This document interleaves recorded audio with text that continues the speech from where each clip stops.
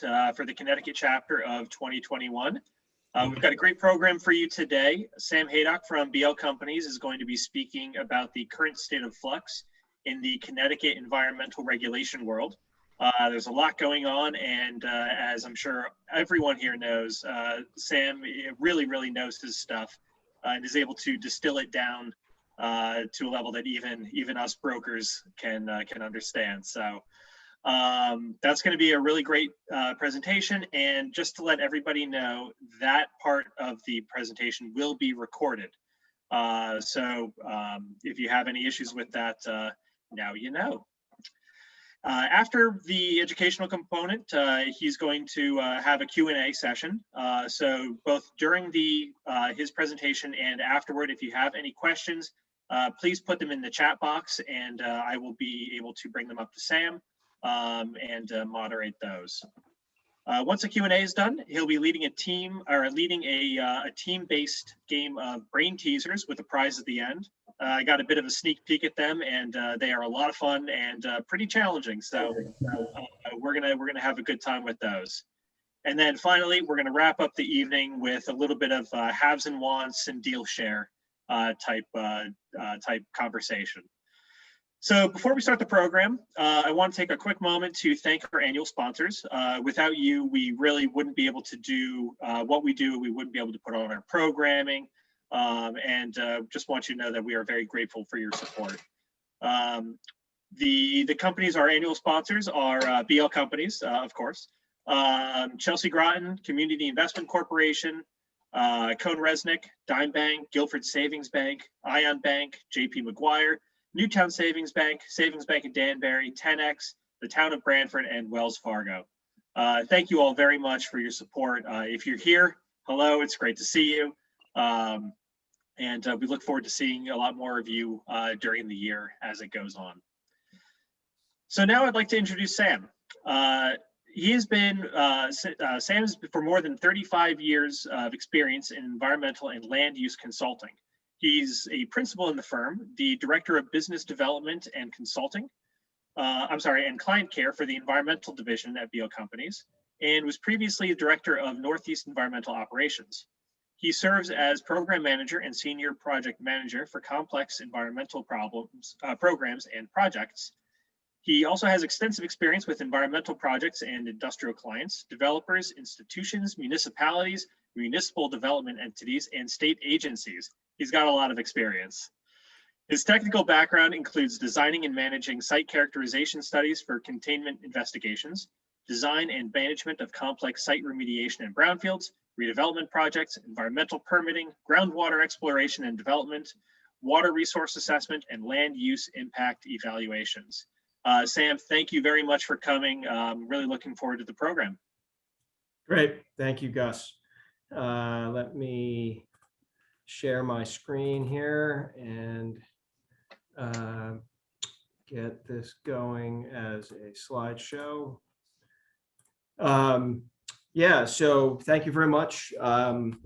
There is a lot going on in the state of Connecticut with regulations right now. A tremendous amount that's happened since the last time we came and presented to you guys for, I think at that time you might have been getting some credit for continuing education.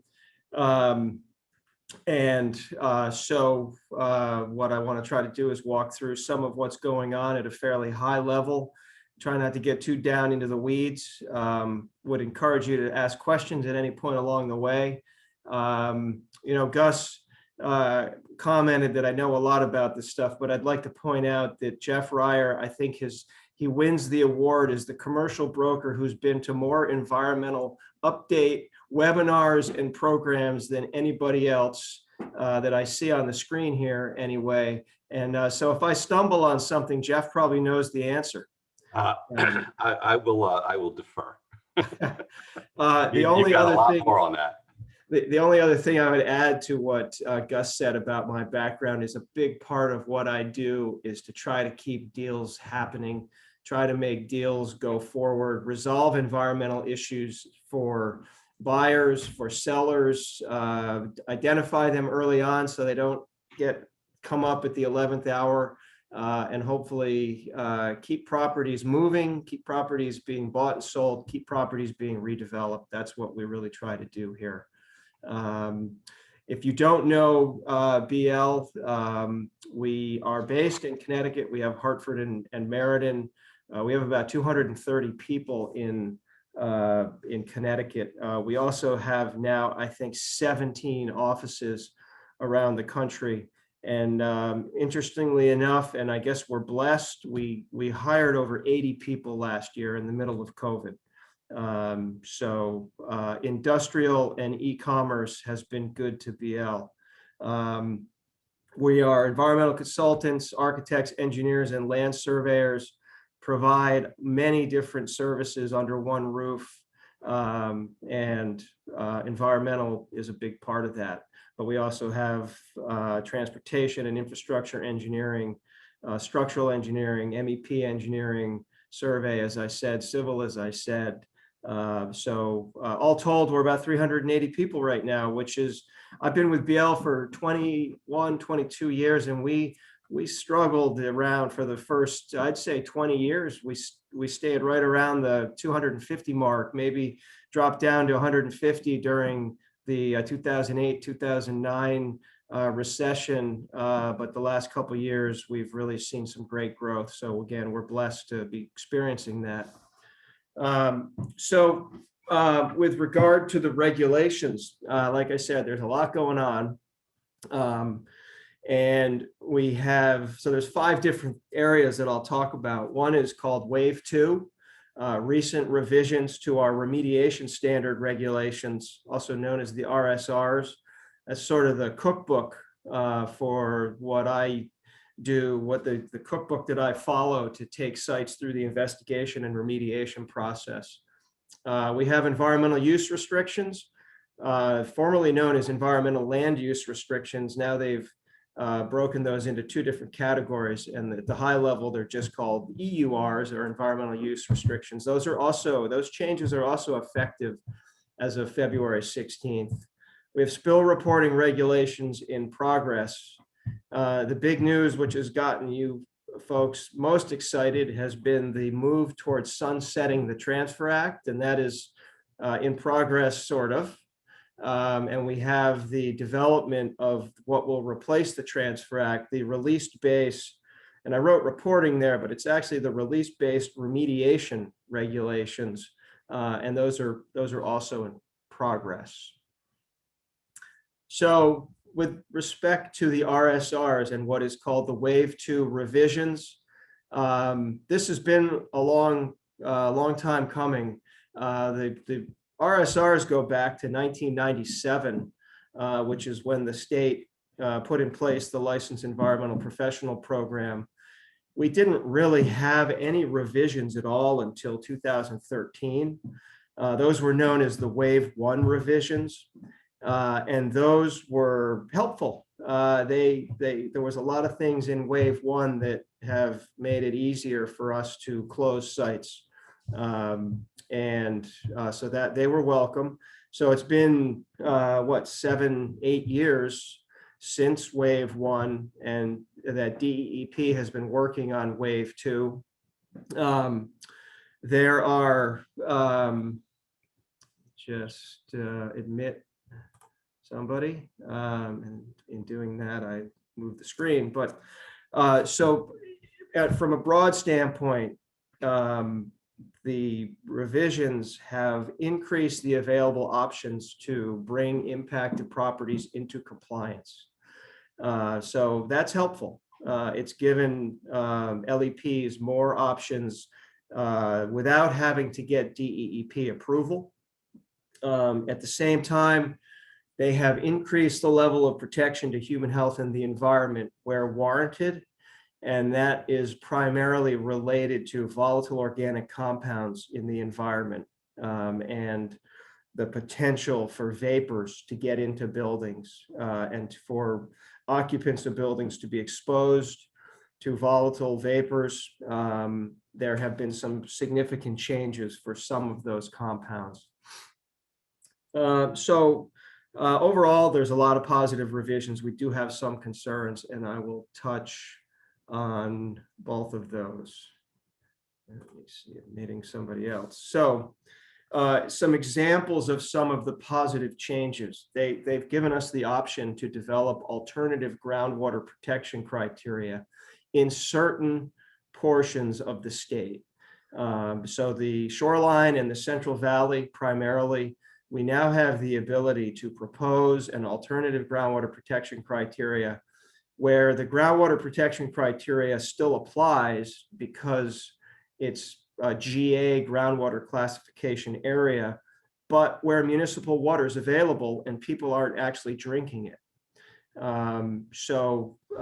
The state has been divided into areas known as GA groundwater quality, which is designed to be used for drinking water, or GB, which is not used for drinking water and understood to potentially be impacted.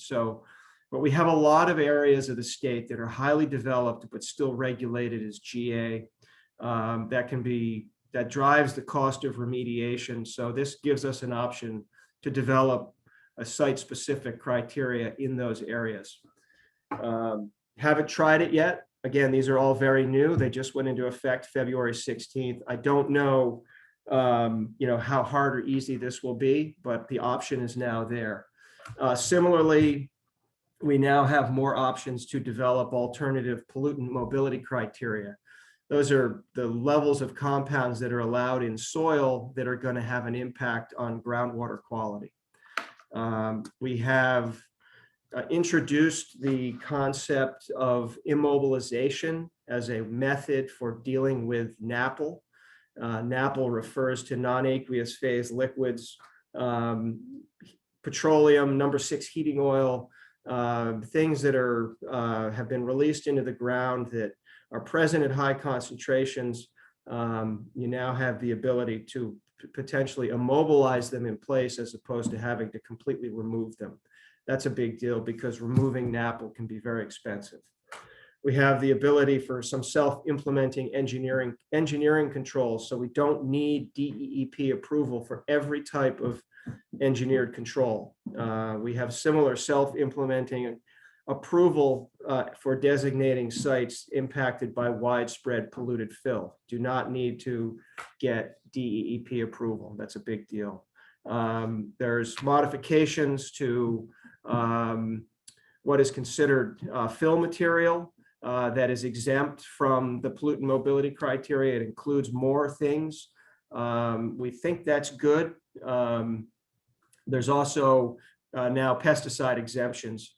If pesticides are present in soil as a result of their routine use under the manufacturer's specifications, you don't necessarily have to clean it up. You do have to put in place some protective measures such as a land use restriction or a soil management plan, depending on the type of property. You still, if you had pesticide storage areas or spills, those would still need to be treated as a release and cleaned up. But again, these are all helpful changes. There's alternative surface water protection criteria. And now there's a formula to develop an alternative surface water protection criteria in tidal waters. This will be very helpful.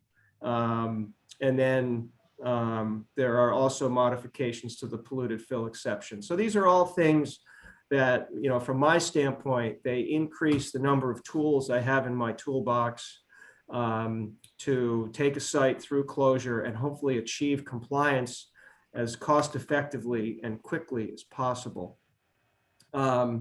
We do have some concerns though. And there's potential for the number of concerns to grow because these have only been out for about 6 weeks. And we're starting to see some things that are going to likely be unintended consequences. But we have one that was identified early on and continues to be, in my opinion, a huge deal. And that is the applicability of the RSRs. When this program was put into being, the RSRs were put in place under some of Connecticut's broad environmental compliance statutes, 22A 54, 54 is one of them. There's a couple others. These are very broad statutes that require protecting the environment. But for the last 20 years, DEEP has implemented the program such that we all were under the impression that full compliance with the RSRs are only required if you are in a program. The Transfer Act is a program, RCRA corrective action is a program, underground storage tank program, or one of the voluntary cleanup programs, or if you were under order by the commissioner, by the department to do a cleanup. But there were many, many instances where it was our impression and the program was implemented in a way such that we could identify contamination at a property, but not necessarily have it be subject to full compliance. Well, during the public comment period for these revisions back in the summer of 2019, at the end of that period, the hearing officer, the DEEP hearing officer, looked at all the comments that were received and issued a report called their statement of reasons. And in that statement of reasons, DEEP took the position that the RSRs legally apply to every release at every property. And this is a big deal. I'll give you an example of leaking heating oil tank at a residence. You might pull that tank, you might identify the release, you might dig out impacted soil, and you might leave a little bit of soil under the foundation and say, okay, it's there. We're not going to disturb the foundation. We're not going to, potentially disrupt the structural stability of the building. It doesn't represent a huge risk to the occupants, and we're good. We're going to close out this cleanup. Well, today, under this current thinking, that would be subject to full compliance with the RSRs. So you would need to provide public notice to your neighbors. You would need to publish an ad in the newspaper saying that you're going to be doing remediation for that soil, for that heating oil release. You would need a land use restriction or a deed or one of the other EUR options for the stuff you left under the foundation. All of that is significantly more, and you would need a final verification report by an LEP in order to fully comply. That has never happened in the last 20 years. The other example would be the typical phase 2 that we do. Stan brings a buyer to a property and they want to do a phase 2, and we do the phase 2 and we find some contamination, nothing major, but maybe some hydrocarbons or maybe some metals in soil because there's some fill material. We would write a phase 2 report that says that these compounds are present, and we would compare them to the standards in the RSRs, but we would usually conclude that there's no legal obligation to comply with the RSRs because the site is not in a program. I did that for hundreds, if not thousands, of phase 2 reports, and I know my competitors were doing the same thing. Now we can't say that. Now I have to write a report that says, based on recent revisions to the RSRs and DEP's written opinion of the applicability of the RSRs, it appears that there is now a legal obligation to fully comply with the remediation standards for this property. And does that mean you have to enter into the voluntary cleanup program to do that? It's unknown.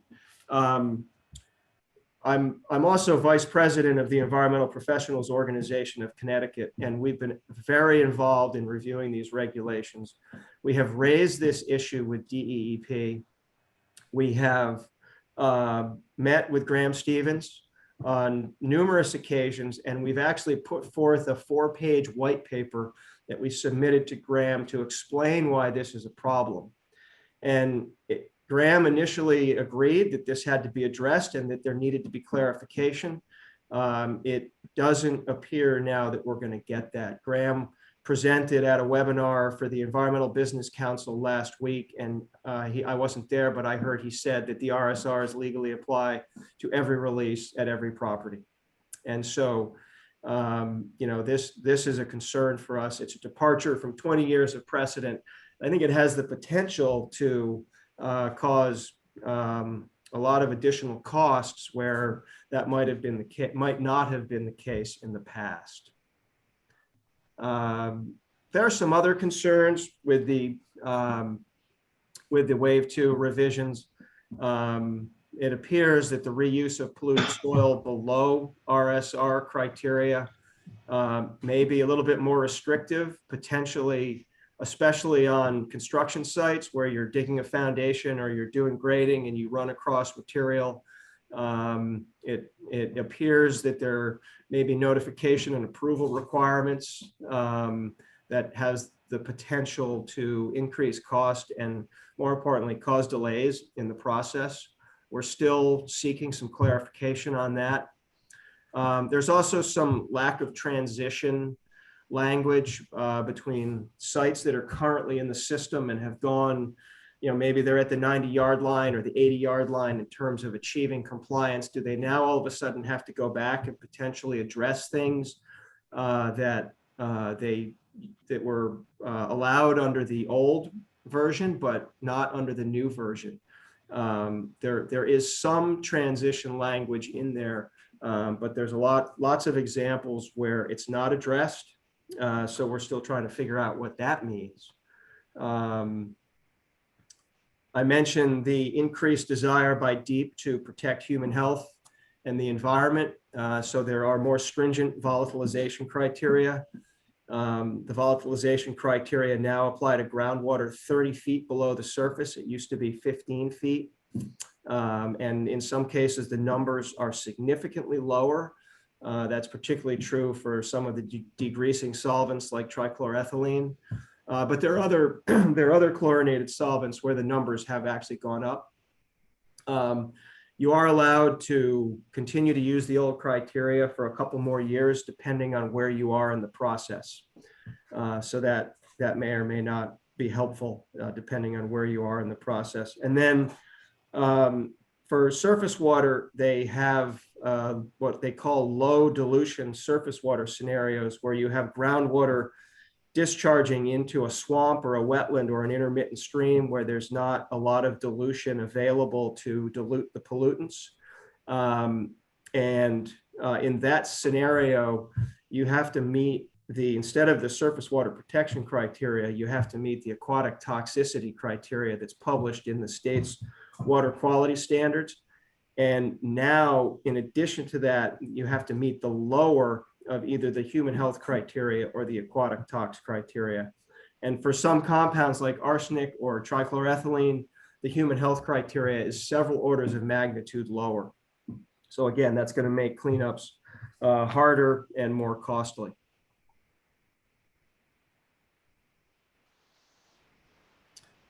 We think that DEEP could have done this whole thing a little bit better.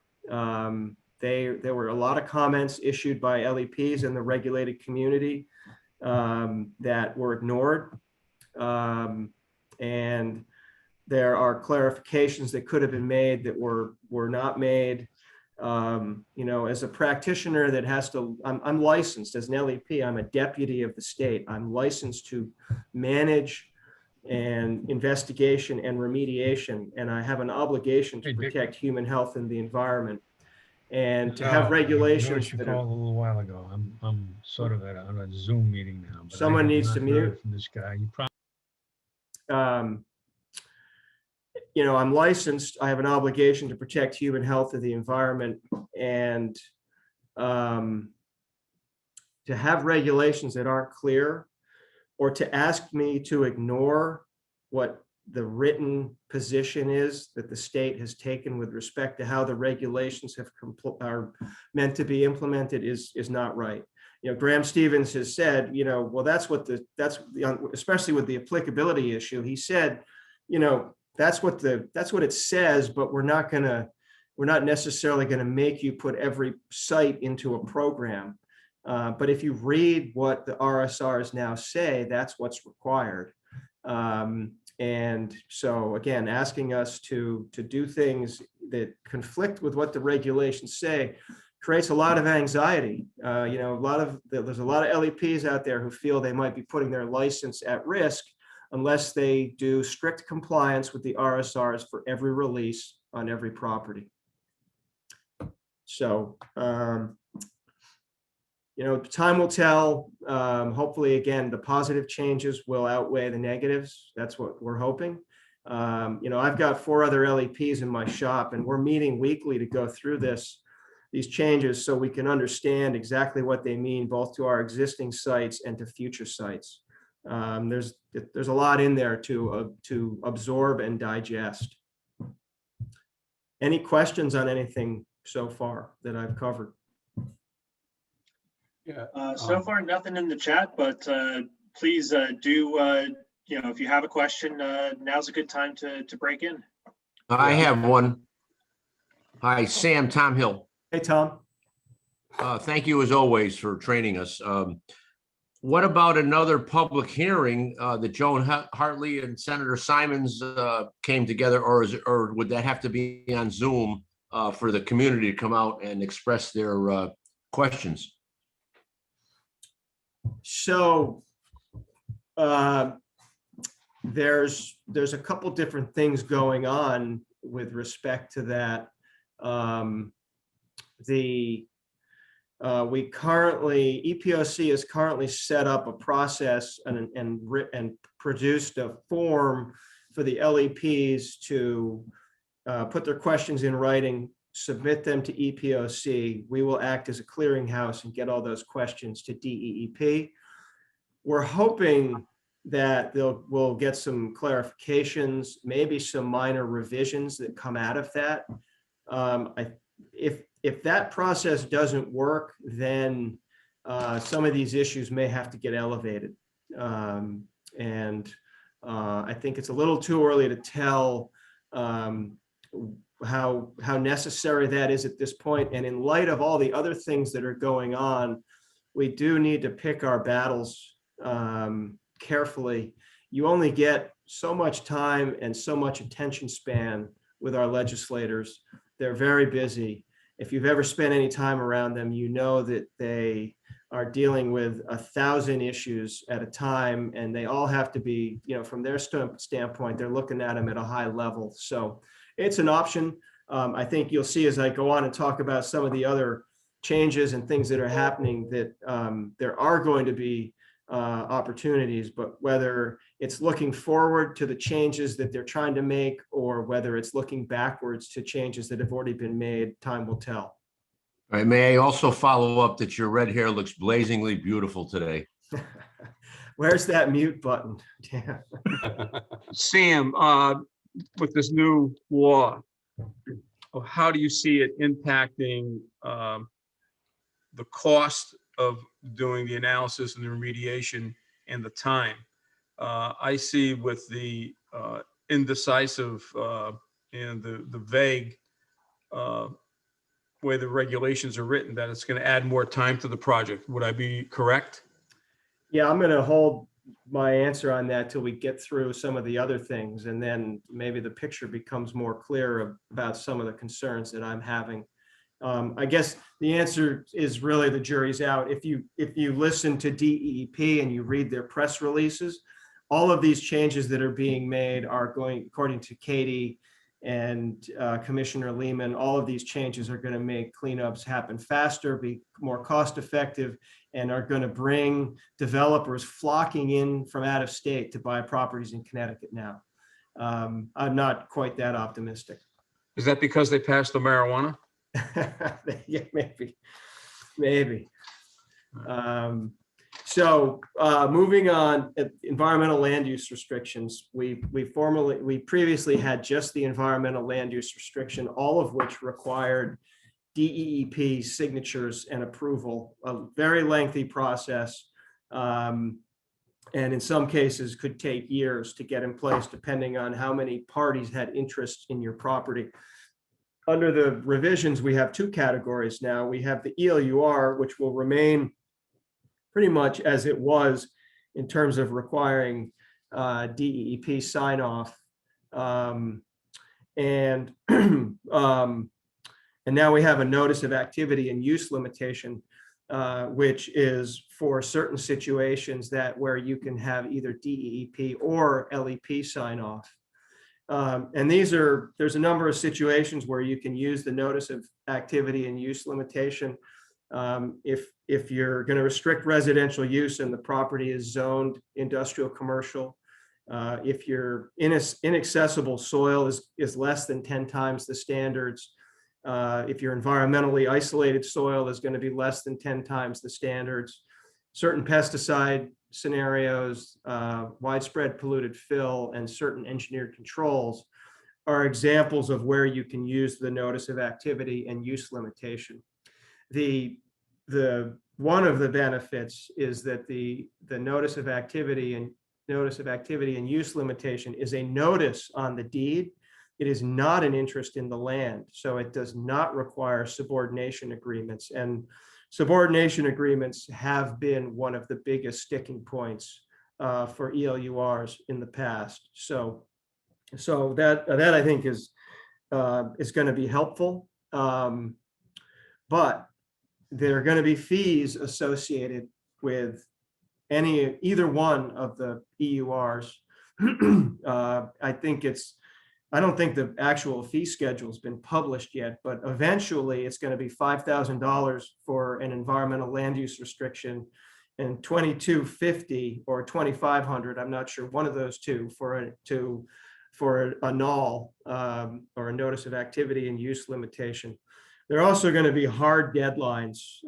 If you start the process and you can't get it completed within 120 days or 180 days, you actually have to start all over again and go to the back of the line, and you may in fact have to pay the fees again. So if you have the need for subordination agreements, you better get them before you even start the application process. I've had a couple of sites where the subordination agreements have dragged things out for unacceptable periods of time. The new regulations require fact sheet and notice requirements on the property where the ELUR or the null is in effect. There is no requirement for that today. There's going to be a requirement to post in visible areas of the property a fact sheet that describes the restriction and what can and can't be done as a result of the restriction. Don't know exactly what this is going to look like yet. The fact sheet is not out yet. But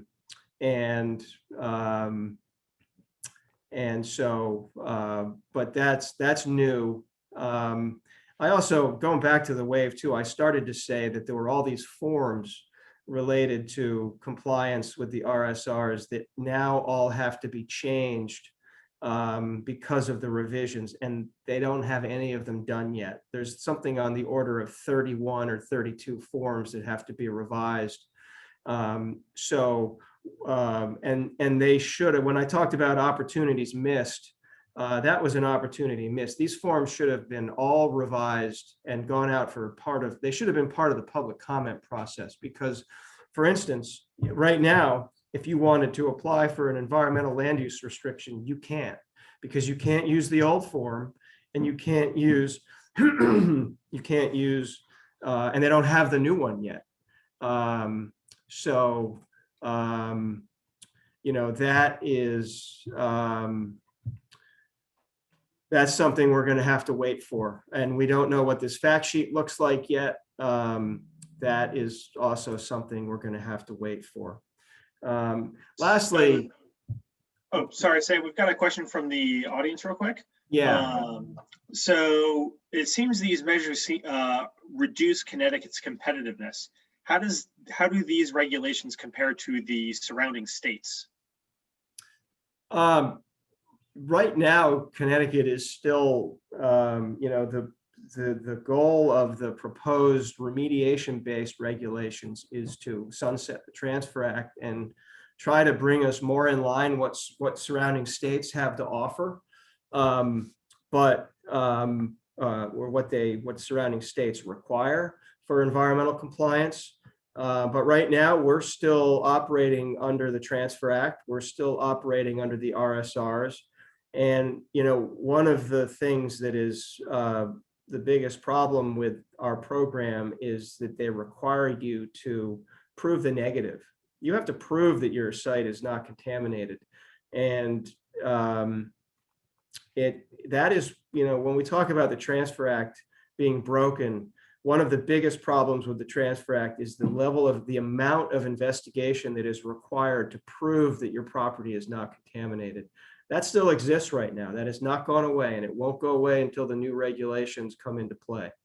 So I think right now we're still subject to environmental regulations that deter investment from out-of-state parties.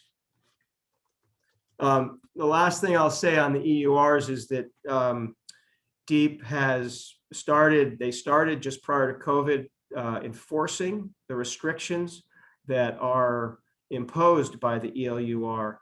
They started doing inspections. They found in almost every property they looked at, they found that in some form or another, the ELUR requirements were not being complied with. Many of them were very minor, where someone had put in a fence post or a sign post or done something minor that disturbed soil that was not meant to be disturbed. But they also found many what they considered to be severe or significant violations of the ELUR, and so it is going to be one of their hot button items to enforce EURs and nulls going forward. And this fact sheet and notice requirements is part of that. But once we get out of this COVID environment, I think we'll see a lot of properties being inspected. The third item are the proposed spill regulations. One of the 20 by 20 goals that Katie Dykes put forth at the beginning of 2020 to finally get these passed. These regulations have been in the works for years, and they've just never been passed.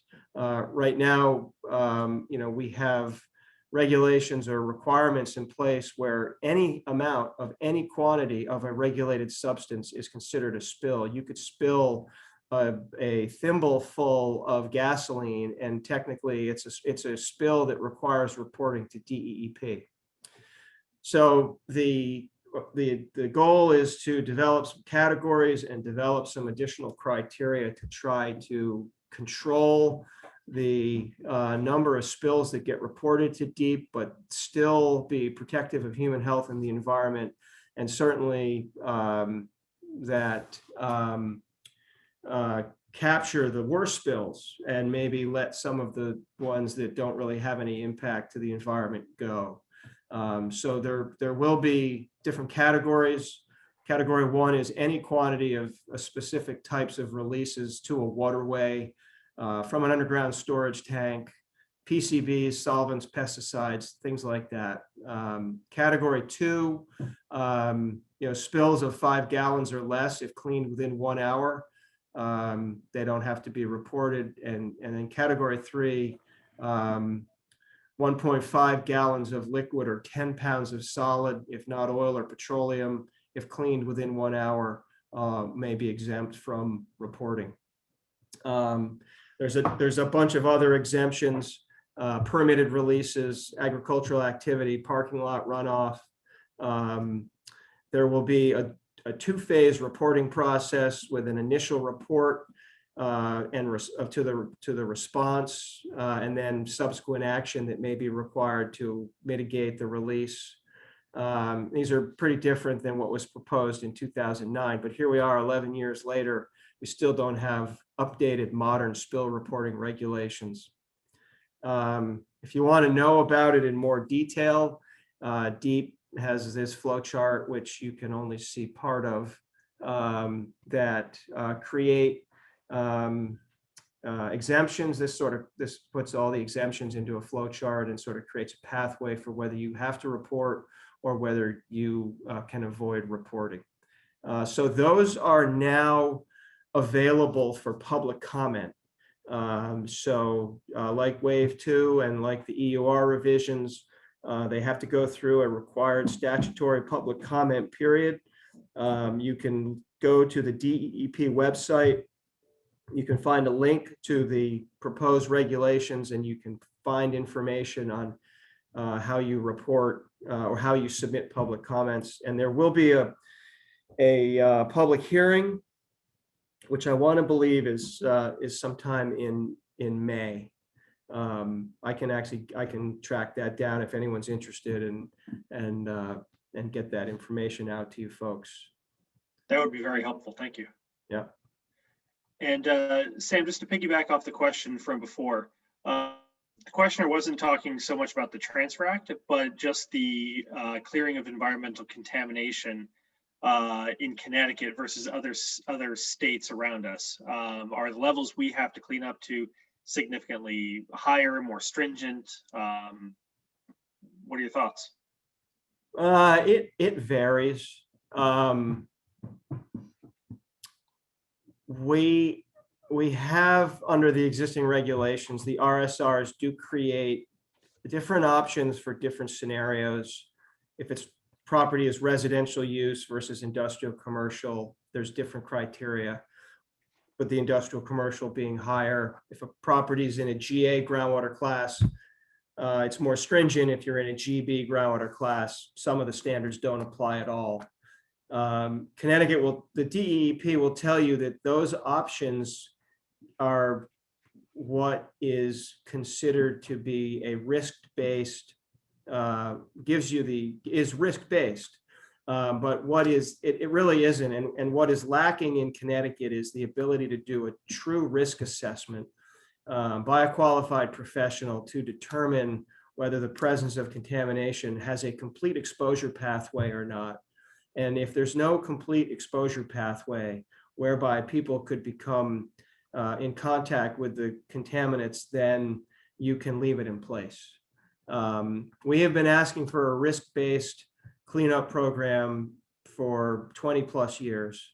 The Massachusetts contingency plan has specific criteria that you have to clean up to, and some of the numbers are pretty similar to ours. But they also have the ability to do a full-blown risk assessment and leave contamination in place if the licensed site professional determines that there is no risk. That's a big difference. The other thing that's a big difference between Connecticut and Massachusetts are background concentrations for anthropogenic or man-made activities. We have this issue of naturally occurring substances such as metals. Arsenic is an example. You have to prove, if you have a site and you have arsenic impacts over the standards, you have to prove that it's naturally occurring if it didn't result from a release. That can cost a lot of money. The other thing is we're an industrial state. We created land for hundreds of years using ash, wood ash, coal ash, other types of fill material. And Massachusetts recognizes that you can have anthropogenic background, and that is important for metals and what a group of compounds called PAHs, which are very common in the ash materials.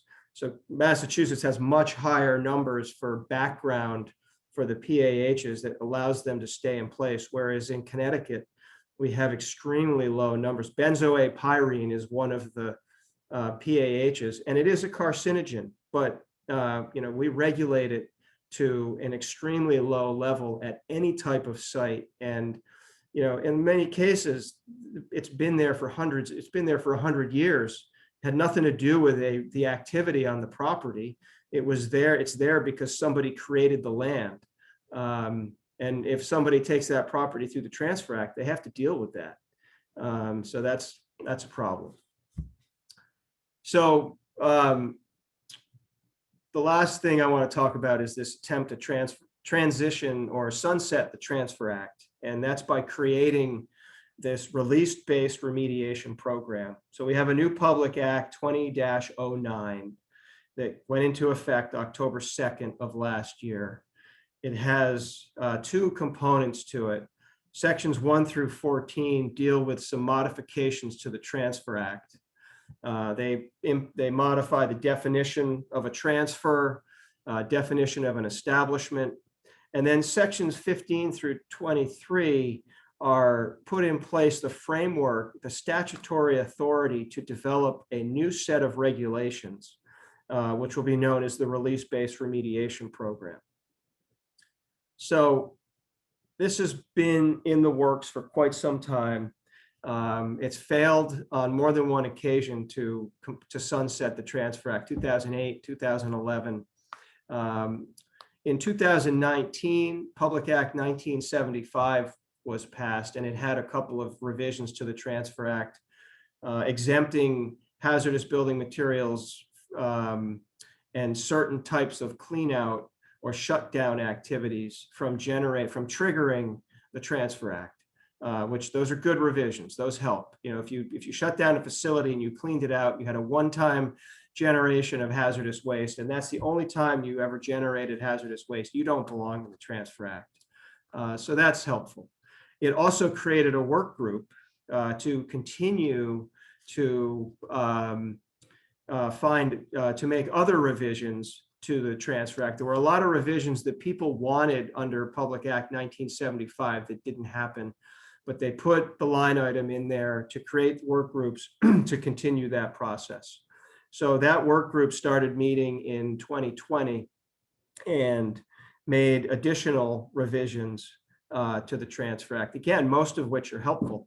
The industrial condominium issue, I think, has been resolved. So if you have a industrial commercial property with 10 condominium units on it, and one of those units is an establishment, any transfer of that business only has to focus on the activities of that business that met the definition of an establishment, not the entire property.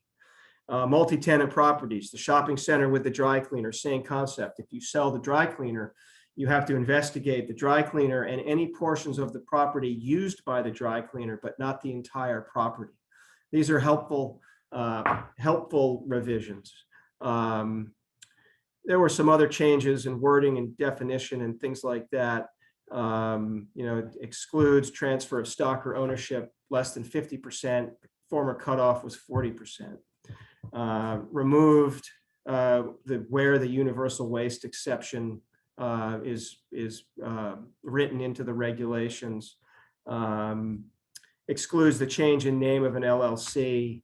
Again, things that used to draw sites into the Transfer Act for no good reason. It also consolidates exemptions regarding sites that are in the brownfield cleanup programs, the ABC, the BRRP, or the Connecticut Land Bank program. So again, all good things. And then the remaining sections set up this statutory framework to create this new set of regulations. Upon the passage of these new regulations, the Transfer Act will go away. So we finally have a regulatory process in place, or a statutory process in place to make this happen. So this sections 15 through 23 create the framework for this new program and require that they develop regulations to implement the program. If you understand how Connecticut's government works, you have statutes and you have regulations. You need statutes in order to create regulations. So we now have the statute. Now we need to build the regulation. Section 15 covers definitions. Of note, person now includes corporate officers. It did not in many of our other environmental programs. So that's somewhat significant. It specifically distinguishes between new and historical releases. And it redefines remediation to now include investigation and cleanup. Section 16 is the heart of the statute. It prohibits creating or maintaining a release. And thereby, in section 17, requires reporting and cleanup if you have created or are maintaining a release.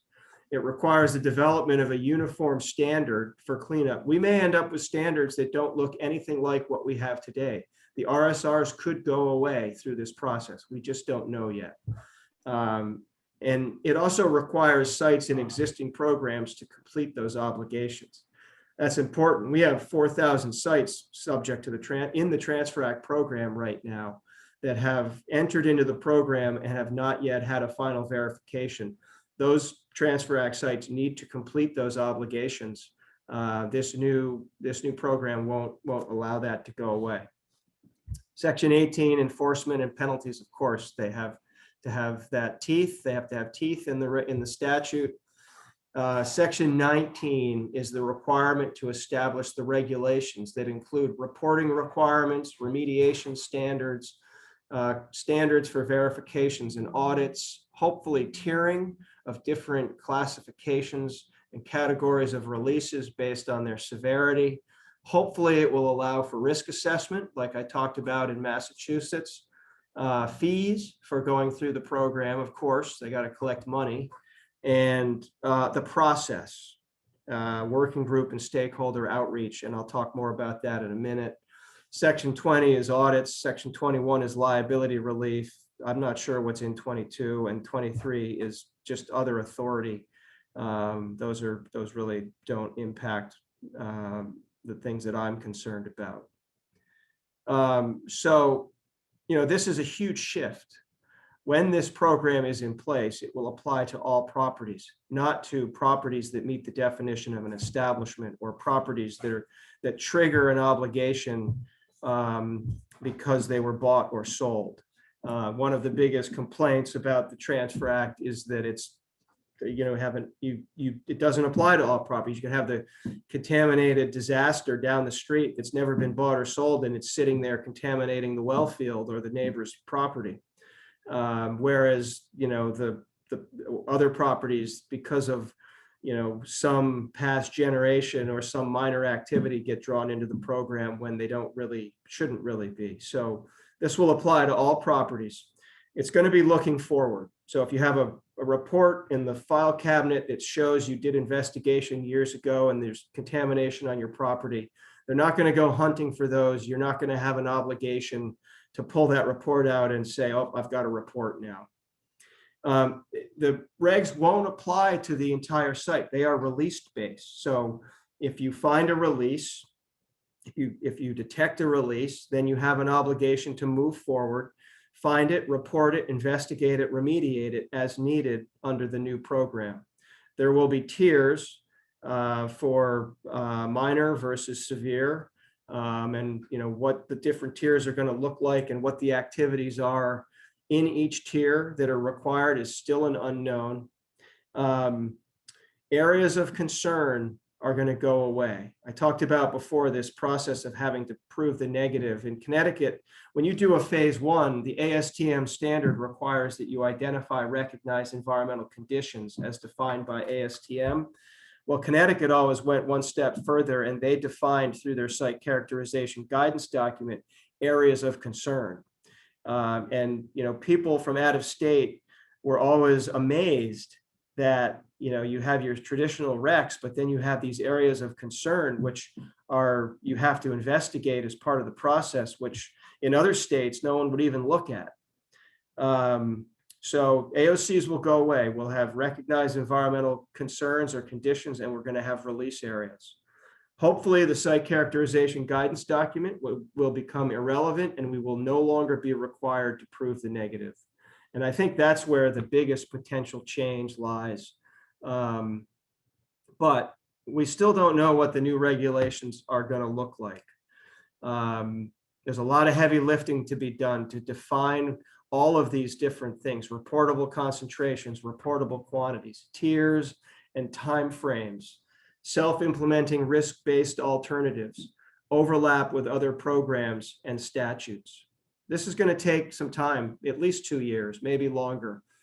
The statute required, as I noted, that there be put forth work groups to form the regulations. Those are in process. We have a one work group established by DEP that has about 70 active participants in it.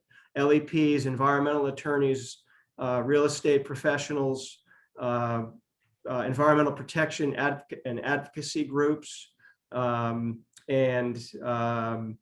Out of that work group, we've now got 5 subcommittees that are currently meeting to determine the definition of a historical release, reporting of a historical release, characterization of historical release, immediate response actions, and tiers.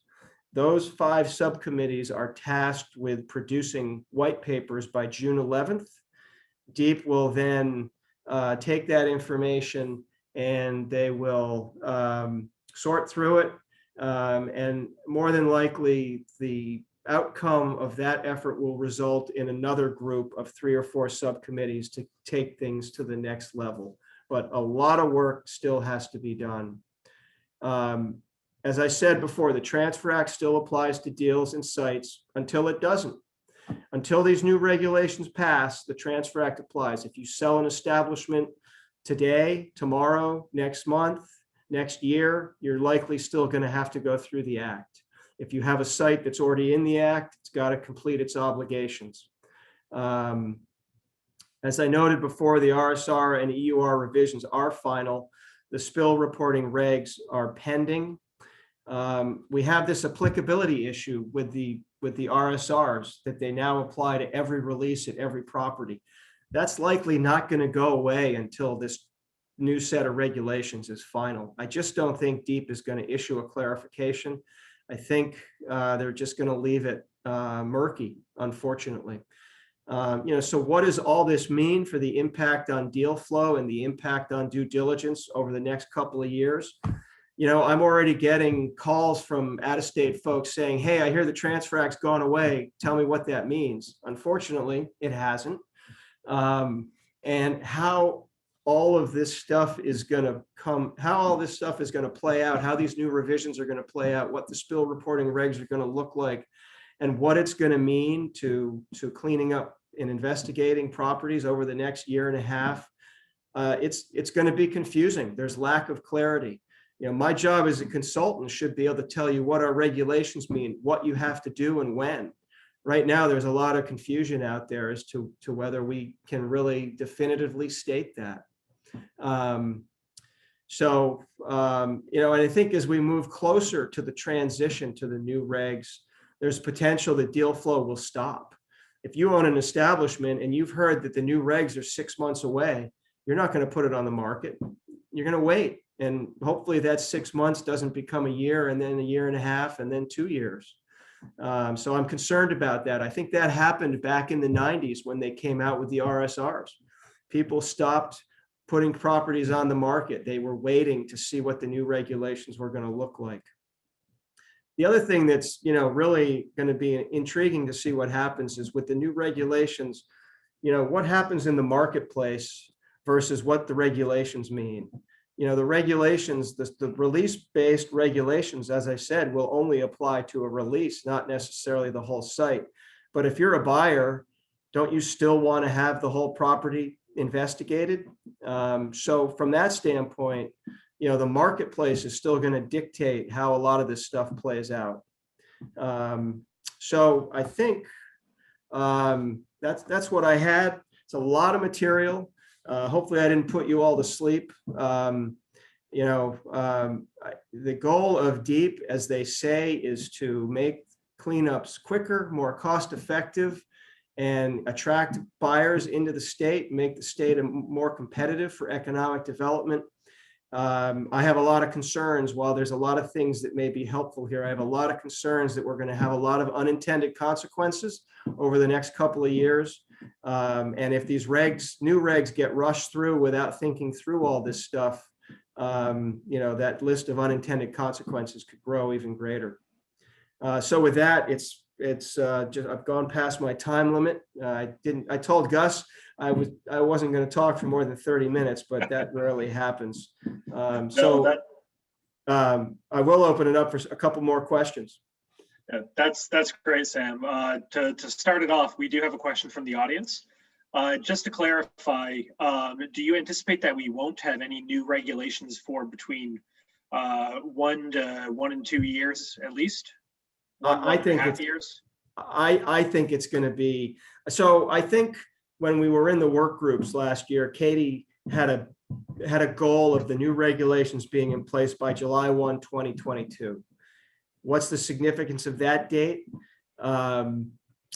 Well, for one, they're anticipating a huge wave of retirements at DEP by July 1st, 2022. I'm not sure whether there's a contract that comes up or whether they just know from It the has to do with demographics. benefits. It's their benefits, Stan.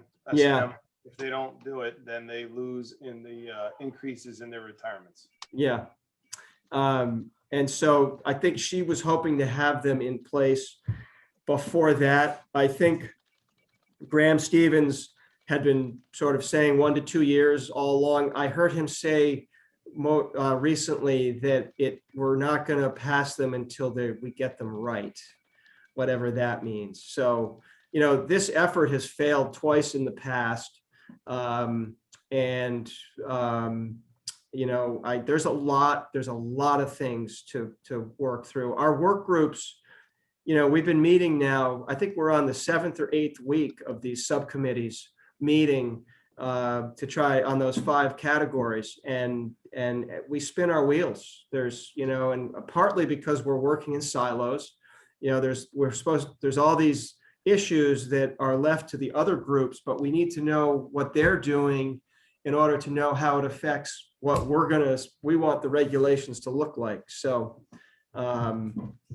it's going to be a while, I think. So I've got 3 questions or so in the box, and I think we probably won't have time for more than maybe one past that, but I'll read some out. If you have a property with a spill that is not an establishment, what law governs now before the release-based regulations are promulgated? Do you have to comply with the RSRs or enter a program with DEEP?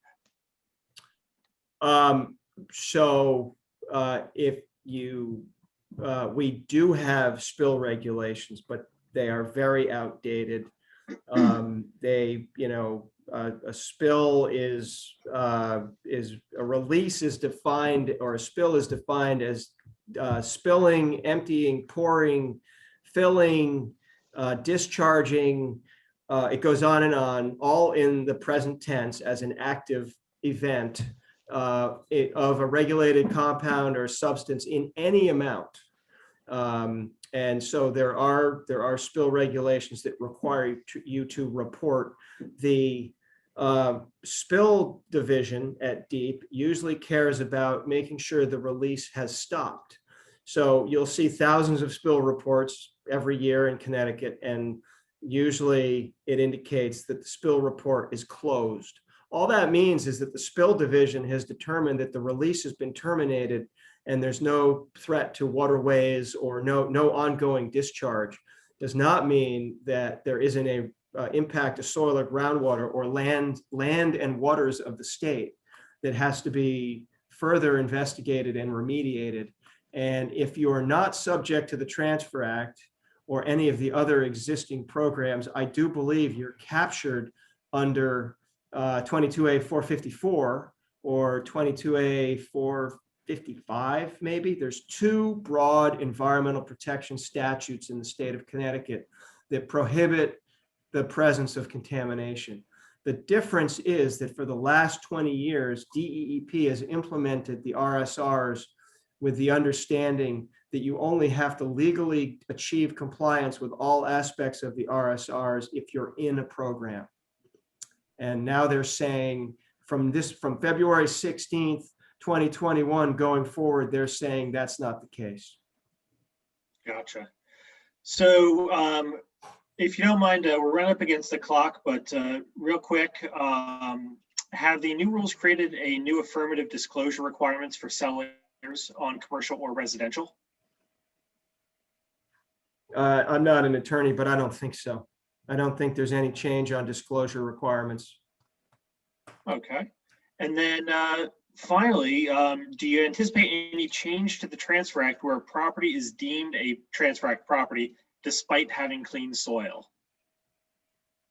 Well, the definition of properties are designated as an establishment under the Transfer Act based on either being dry cleaner, furniture stripper, or auto body at any time after May 1st, 1967, or any property that generates more than 100 kilograms a month at any time after November 1980.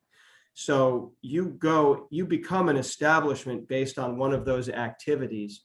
And then if you are an establishment and you have a trigger, i.e. a transfer, then you have an obligation to evaluate whether you have contamination or not. I don't see any change to that between now and the sunset. Gotcha. Well, that's great information. Thank you very, very much for your presentation, for answering the questions. Can these slides be made available? Yeah, sure. I can, I'll put them into a Great. I'll put them into a PDF and I'll send them to Bernadette. Perfect. And she can distribute them as needed. Excellent. Well, thank you again. With that, let's move on to the social aspect. So we've got some great brain teasers